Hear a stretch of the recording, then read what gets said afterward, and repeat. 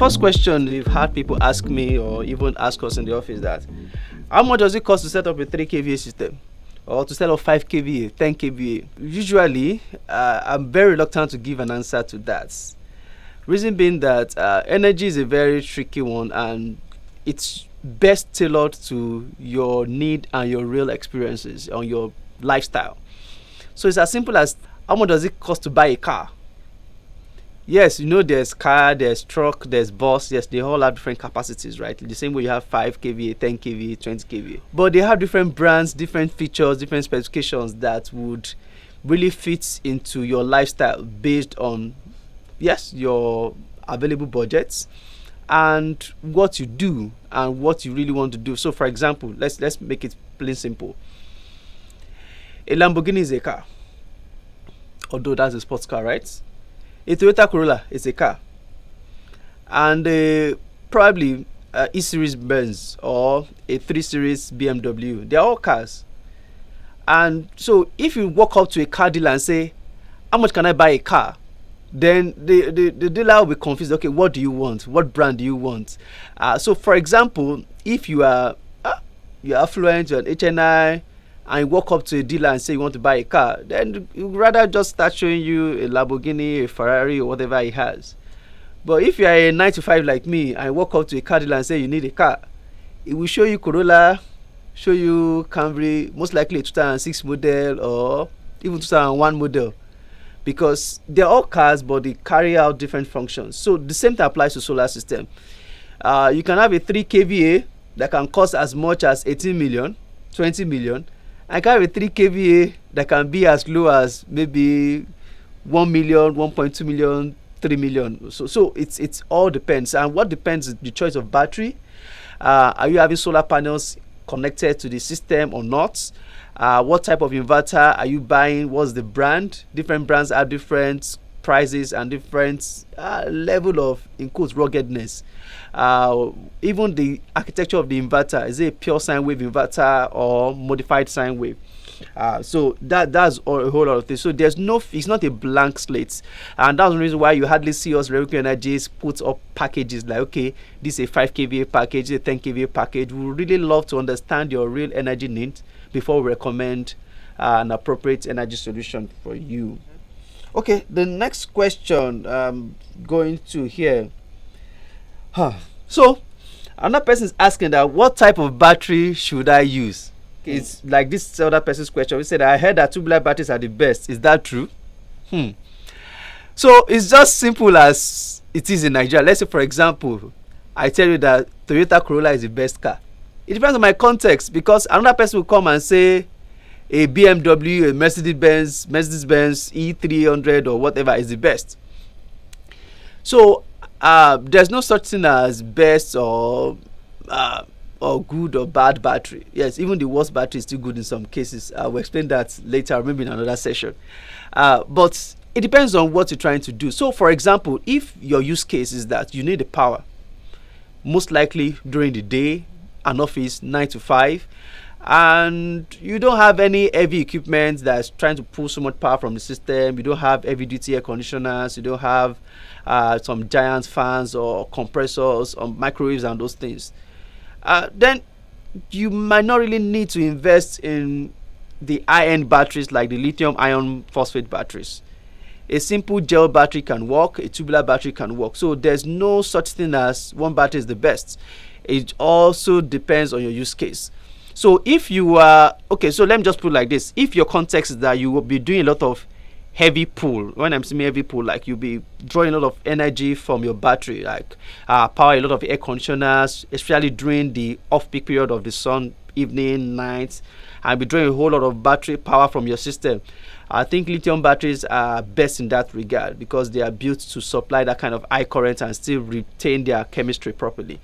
And then on the other side too, if you are not drawing so much power and just some light bulb sockets, televisions, laptops, then tubular batteries or gel batteries will do very well. So tubular batteries are those type of batteries that have some kind of tubes in it and you fill the electrolytes, while gel batteries are the sealed batteries that are the most common kind of batteries you find around for solar installations or power installations. So another question here is that, how much does it cost to set up a 3 kVA system or to set up 5 kVA, 10 kVA? So it's as simple as you have a battery, most likely a 5 kVA battery that can cost as much as 18 million, 20 million. How long can a good battery last? My previous system got bad after just 2 years. I love using cars as example. How long can a car last? So it depends on the build of the car, the brand. So for example, I'm not addressing any brand. Some German brands are believed to last longer because German machines are stronger and the likes the architecture. But even if you still use them in a very bad way, that can also still affect their lifespan. Okay, you don't service the car, you just open your car and fire up. Today Abuja, next tomorrow Lagos, no servicing, no fuel, everything will still go bad no matter how strong it is. So in my own opinion, I would say on an average, well maintained, properly maintained battery, a gel battery is the regular big trailer type of batteries. A gel battery should last you about 2 years to maximum 3 years under proper use and maintenance. But we've seen some that can last as short as 6 months, and some have broken the barrier and last as long as 4-5 years. So, but on average, usually between 2 to 3 years for gel batteries. And for tubular batteries also around that range, but they usually go a little step further. So some tubular batteries can last almost up to 4-5 years under proper maintenance, changing the electrolyte, checking the levels and the likes. But for lithium batteries, which are some of the best, so there are several types of lithium batteries. There's just pure lithium ion battery, there's lithium ion phosphate batteries, there's carbon, so there are a whole lot of types of lithium batteries. But lithium batteries on average, they are some of the best batteries in the market. A lot of them come with 5 to 10 years warranty, meaning that if anything is wrong within 5 to 10 years, they will pick it up and replace with a new one. And so lithium batteries usually last longer. Some can last 10-15 years, and that's why they are suitable application for electric vehicles, because they last that long. And I'll just say this passing, this is not part of the, nobody has asked this question, but any brand you choose here in Nigeria, this is the best advice that will save your life. Make sure that any equipment you are buying, they have local support in Nigeria. I repeat again, make sure they have local support, an engineering team or a customer service somewhere in Nigeria, be it in Lagos, Abuja, Port Harcourt. It's just like you buying a car, or those car brand that you can't even find a brand name anywhere. You can't find any mechanic to fix anything if anything goes wrong. So it's similar to that. Please avoid buying any brand you are not sure they have a local representative here in Nigeria for support. Another question, a lot of questions are around batteries. Someone said that, is it safe to have batteries inside the house? I hear they give off chemicals into the air. Yes, that's right, and that's also not right to some extent. So it depends on the chemistry of the battery. Especially tubular batteries and gel batteries, there's a high chance for leakage and spills, or just give off some chemicals, especially when they are expired or they are really run out of their lifespan. So if it's a residential environment where you stay in the house, sometimes might not be too suitable to have it close to your place of abode, maybe your living room or bedroom. But having it in maybe a corridor, walkway, or outside the kitchen, something like that, is still relatively okay. But for lithium batteries most times are even better indoor to protect them from excessive heat or excessive cooling or weather elements, rain, and because they have circuits in them called the battery management system, the BMS. So it's always better to have lithium batteries indoor or under a shed where they are not exposed directly to the elements. But unlike gel batteries and the other tubular batteries, they are fine outdoor. So yes, they give off chemicals, but not all types of batteries give off those chemicals. So let me go to this next question here. Can solar power as much load as diesel generators? So I would say yes. This one is a capital yes, because power is power. So as long as power is AC current and it will power. So if an inverter system is 60 kVA, it will power the same thing or even more sometimes than what a 60 kVA generator would power. So as long as the generator can power it and the grid can power it, there's always a solar system that can power the same amount of load, and even better in a cleaner way and efficient way. What brand is the best brand for inverters? Please, this is not a sponsored this is not a sponsored session.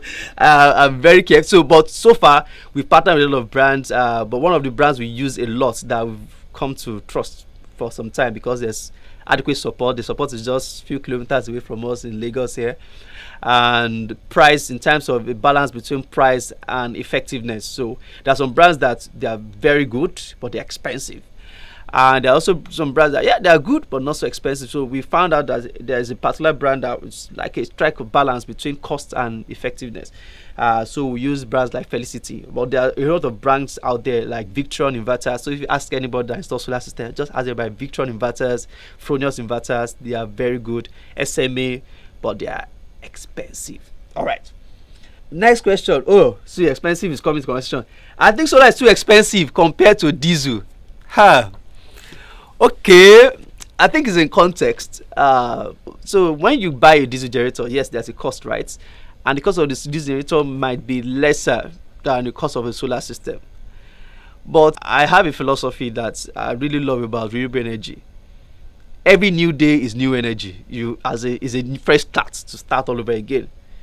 But for a diesel generator, every new day is another cost. You have to, each time you need to run it, you have to buy diesel, right? But by the time you calculate your diesel cost, especially if you invest in high quality solar systems, your cost of diesel along the line, pairing it with your solar system, we discover that along the line, way down, is cheaper to use the solar system. And that's why I say a lot of heavy industries are now going solar. So let me put it in context. We're trying to do a cost benefit analysis for some customers recently, and we discovered that somebody that was planning to install an heavy duty 90 kVA system, and in less than 5 years or 5 years, this person will be saving over 600 million naira worth of diesel and maintenance on his generator. So, and the whole total cost is spending is way less than 1/6 or so of that cost. So it's pays along the line to go solar if you can afford it. Okay, this is question everybody's asking. Can solar work during rainy season and dark days? Okay, so solar doesn't necessarily need, it's not the heat that it needs. It's just luminance, the brightness of the sun. It's not necessarily the hot firing sun. So as long as there's some sort of radiance, then it will still work. But it depends on the efficiency of the solar panel you're using. So if your solar panel is highly efficient, it will still be able to pull some current from the sun even on dull days. However, it will still not be as much as what would have generated on a very bright sunny day that you can easily just power anything on it. So what we usually do to solve that problem, especially for our offices that are off the grid, is that we usually install more than the required capacity. So if, for example, an office requires maybe 40 panels to run efficiently on a bright day, we'll rather install like 60 or 80 panels, so that even on days where the weather is dull, there's enough power to power the building, because it's off the grid. It's not expecting the grid or generator. So yes, solar can still work on dark days. I'm not saying night too, but days that are quite dull, and you can still use your solar system. Do solar systems require maintenance? I'll say yes. It's yes and no, but majorly yes. The same way you maintain your generator, but way cheaper. So the only major maintenance, or most of the major maintenance that you need on solar system, are not very cost intensive. So you're not buying engine oil, you're not buying filters, you're not buying nozzles, you're not buying all those different things. So solar panels, after some time, when dust settles on them or dirt and they're obstructed and there's a lot of obstruction from the sun, the efficiency drops. So they are not so efficient, and that's why cleaning them at some intervals is important. However, in our case, there are some situations where we have installed automatic washers on those solar panels in some of our installations, and at specific intervals, automatically, without anybody's intervention, these systems start washing and keeping the panels relatively clean to as long as possible. So yes, and other things that you might need to maintain for longevity of your system is that inverters can gather dust. They have fans, cooling fans, trying to cool the components, and accumulation of dust over a period of time can generate static current and damage your inverter. So once in a while, it's advisable you elect an experienced technician service the inverter, blow out the dust, check your circuit breakers to be sure they are not melting, check your wires to be sure they are in good condition, they are not stressed out, they are not melting, and all of those issues. So just those few things, and believe me, they are way cheaper, less than 10% of what you have spent maintaining a diesel generator or a petrol gen. Do solar panels work at night? It is called solar, and I've not seen moon working efficiently on solar panels. So I wouldn't say yes to that. So I don't think they can really work at night. So that's where your battery kicks in, and the quality of your battery will really help. So if you want to use solar at night, you have to get the charge during the day, store it in batteries, then use it at night. Okay, so yes, it works at night in that context, but not the solar panels working at night. Next question: how long solar panels last, and what's the expected lifespan of a solar system? So these are two questions.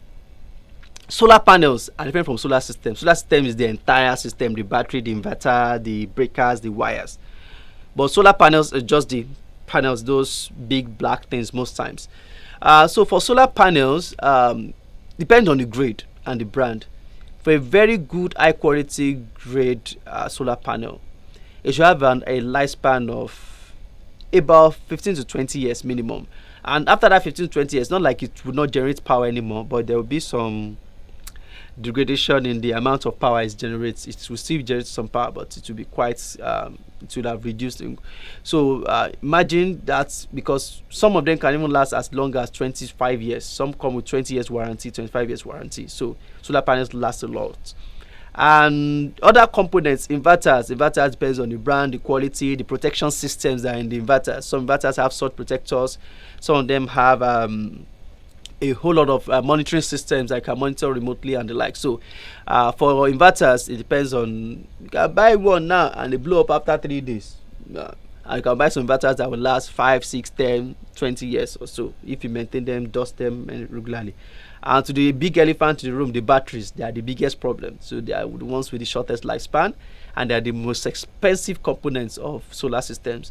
So if you are considering solar, you should just know that it's more expensive if you want to use solar when the sun is down, because the batteries will cost more. But for a business that runs during the day, and that's one reason why we work with a lot of schools, because most of the day schools require so much energy during the day, and that really works well. So next question: can I install solar panel on any type of roof? No, capital no. The design of your roof is quite important. The shape of your roof is important. So for example, solar panels are quite weighty, especially the bigger panels. Some of them can be as heavy as 10, 15 kg, or sometimes 20 kg, depending on the frame and the likes. So putting 100 solar panels on a roof is like saying you're putting almost 2,000 yards on the roof, for example. So if your roof is not strong, is old, please check very well that the architecture, the frame, the support structure of the roof is still very good. The only beautiful thing is that weight's not concentrated on a point; it's spreading out, so it will not really exert pressure on just one point. But not all roofs, and it also requires some different level of technicalities.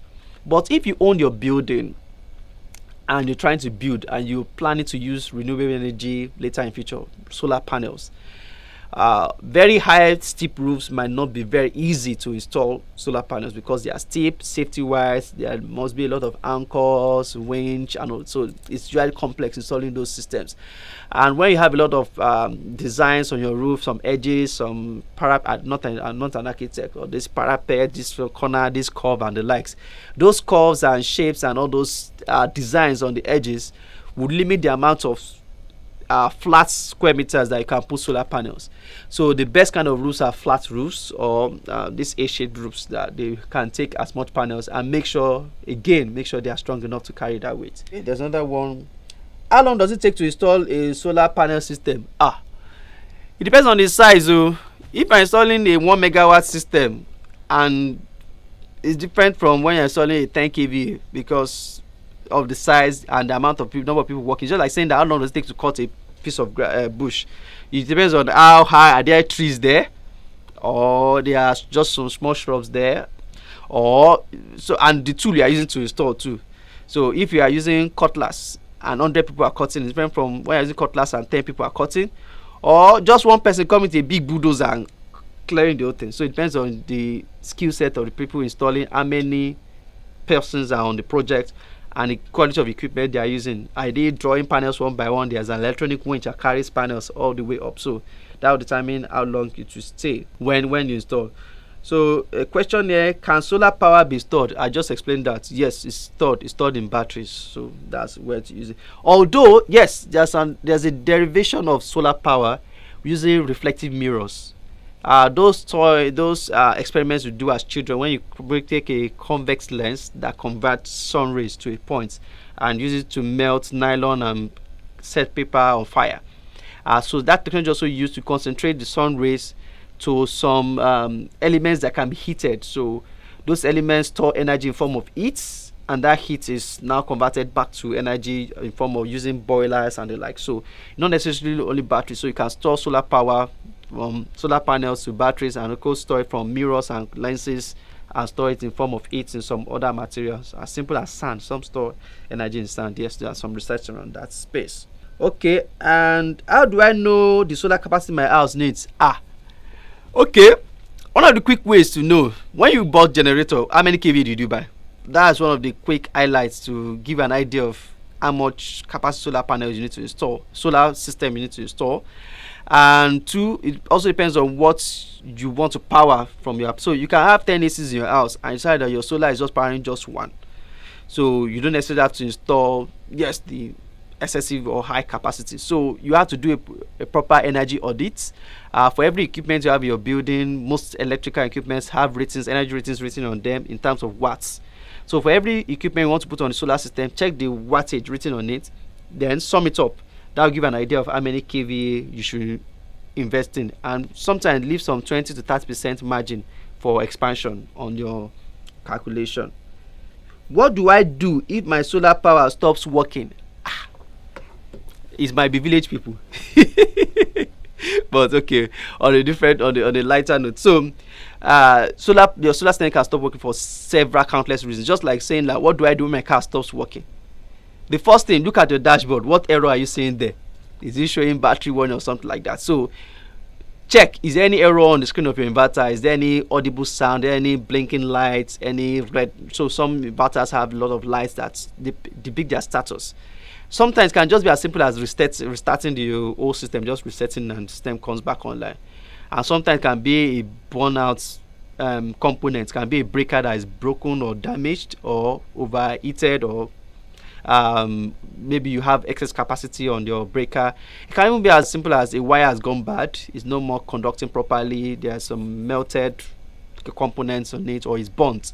So a whole lot of things can go wrong. It can be your battery, it can be it's a whole lot of things.